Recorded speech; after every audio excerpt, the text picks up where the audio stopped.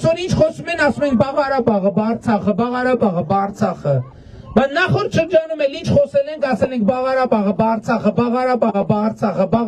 բա վերջում ինչ պարզվեց։ Ասում են հող ենք կորցրել։ Այդ հողը ինչով է մերը եղել։ Ինչով է մի հատ բացատրեք ինչով է մերը եղել։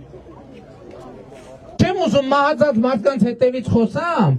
բայց ասենք մի քանի գեներալների տիրապետության տակ, որ ցորեն գցեն ընդեղ ասենք ենթադրենք, էդ է եղել, ինչով է մերը եղել։ Ինչով մի հատ բացատրեք ինչով, ընդեղ դպրոց են կառուցել, մանկապարտեզ են կառուցել, գործարան են կառուցել, ապրել ենք ընդեղ, բնակավայր ինչով է մերը եղել։ Մերը չի եղել։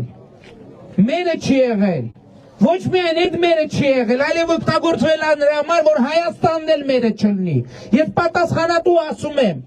Եվ այո, ասում եմ, ես այդ ճանապարհը անցել եմ, ես նեն չի, որ այդ գաղափարին նվիրվածության պակաս եմ ունեցել, ընդհակառակը այդ գաղափարին նվիրվածությունով է, որ հասել եմ այս եզրակացության, որ ասում են Ղարաբաղը մերն էր, այլևս մեր չի, սուտ է դա։